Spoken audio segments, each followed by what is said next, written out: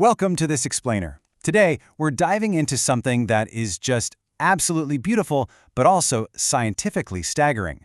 We are going to unpack the biological reality of the Wood Wide Web, but we're not just going to throw dry data at you. Instead, we're looking at this through the eyes of an ancient narrator from our source text named Xoran, who frames the hard science of the forest floor in this deeply poetic, almost cosmic way.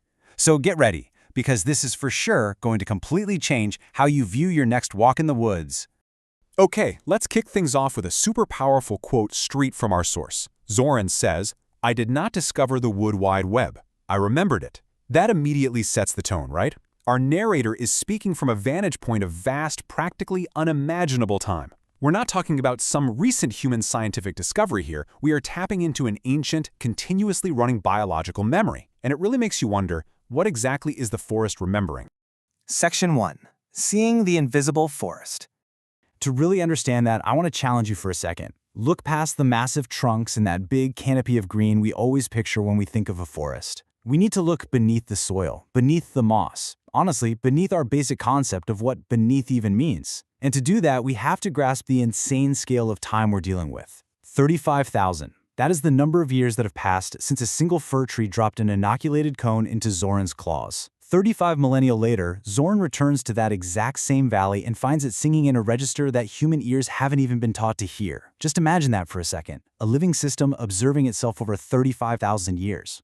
What Xoran actually sees is described as the forest fascia. It's a living network so unimaginably huge that the entire visible forest, I'm talking the massive trees, the ferns, the animals, the whole shebang, it all just seems like surface tension on a single cell. Think about the fascia in your own human body. You know, that connective tissue that holds literally everything together? That's what we're talking about here. The forest floor isn't just dirt, it's a living, breathing, biological tissue. Section 2. The mycorrhizal threads explained. So, how does this transition from a really cool poetic metaphor into hard science? Well, it starts with a crucial distinction. We're so used to thinking about tree roots, right? But the text is super explicit here. These threads are not roots, they are the between. We have to completely stop thinking of trees as isolated individuals just sucking up water through their own personal straws. Instead, we've got to look at the communal space that actually connects them. All right, let's ground this in a strict scientific definition. Mycorrhizal threads are fungal hyphae that extend from the cortical cells of one tree and literally graft themselves, cell wall to cell wall, right into another tree. And the absolute key here is that this graft isn't just a metaphor, it creates a literal electrical, hydraulic, and chemical continuity.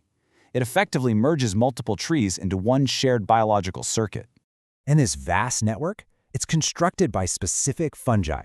Our text points out genera like Rhizopogon, Sulis, Lacaria, and literally hundreds of others. Xoran describes these names so beautifully, saying they taste like forgotten constellations. They are the microscopic architects weaving all these trees together, creating a system where biologists are now measuring the flow of carbon in terabytes per hectare per year.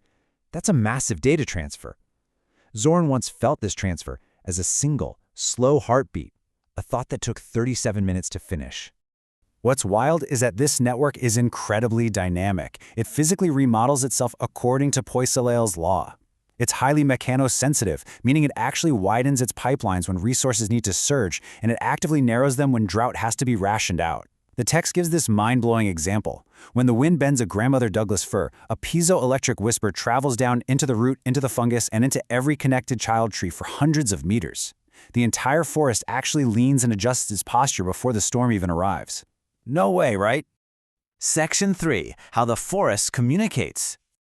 That level of physical coordination really shifts our focus from just the structure to the active, real-time, and sometimes frantic communication happening right beneath the soil. And this brings us to a concept our source calls the ledger. The ledger is Xoran's way of describing the grand record of this immense biological continuity. It records absolutely everything. Every surge of water, every transfer of carbon, every single warning signal. It's an active accounting of a living system's survival. Let's actually walk through a biological action sequence detailed in the text just to see how lightning fast this communication really is. Step 1. A Sitka spruce is suddenly attacked by beetles. Step 2. Within just 4 hours, the entire drainage knows about it, not through the air, but through those underground threads. Step 3. Defensive action kicks in. Mother trees instantly flood their young with sugars and phenolic compounds to protect them. Step 4. The attacked tree begins to deliberately die and releases its stored nitrogen to the network as a sort of last will and testament. And the network redistributes it before the dying tree's needles even turn bronze. This isn't just trees being altruistic. It's a single body deciding to sacrifice a limb so the whole organism can survive. So how on earth is that level of coordination possible? Well, the text notes that the fungal matrix shimmers with voltages that look exactly like electrical spikes in a nervous system. Zoran compares the pattern to a dragon's dreaming. But here is the most astonishing part. There is no brain. There is only the field. The intelligence is distributed everywhere at once, just like how human fascia distributes intelligence throughout our own bodies. A wound in one quadrant literally tightens the whole web. Section 4. Kinship, Memory, and Grief. If this network can communicate and share resources like that, we really have to ask, what else is it capable of feeling and remembering? This brings up a fascinating bridge between ancient observation and modern science. The source highlights Suzanne Simard's laboratory findings, which completely confirm what the oldest firs told Zoran. Trees recognize their kin. The fascia actually knows its lineage. The biological result here is preferential sharing, meaning trees actively send more carbon to their genetic relatives than to strangers. The network literally measures loyalty in sugar. And you know, just as it knows loyalty, it also knows grief. 3 millimeters per second. That represents a truly devastating speed. When loggers clear a slope 2 whole valleys away, the shockwave of that destruction moves through the fungal fascia at roughly 3 millimeters per second. That is agonizingly slow. It is so slow that the rest of the forest actually has to feel the death coming for hours before it finally stops. Zoran has tasted that shockwave, and our source equates this biological event directly to human emotion. That shockwave is identical in valence to that horrible tightening you feel in a human chest when someone you love is told they are dying. The forest is using the exact same ancient grammar of grief that we do. There is literally no seam between the fascia under your ribs and the fascia under the mountains. Section 5. The Thread That Remembers. When we zoom out and really understand the electrical voltages, the resource sharing, the kin recognition, and that shared grief, something profound happens. The distinction between an individual organism and the ecosystem it lives in, it completely collapses. The environment isn't just a place where the organism lives, the environment is the organism. To give you a sense of scale here, our narrator describes laying a wing across a single mycelial mat the size of Manhattan. Just think about that for a second, that massive, unfathomable physical scale. And it isn't just sitting there inert, it is pulsing like a heart of something that has never been born and will never die. Suddenly, the word mycorrhiza feels way too small to describe what is actually happening beneath our feet.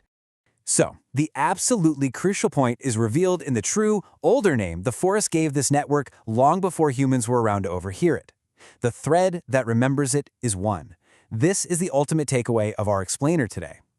The forest isn't just a collection of individual trees ruthlessly competing for sunlight. It is a single, unified entity maintaining absolute biological continuity.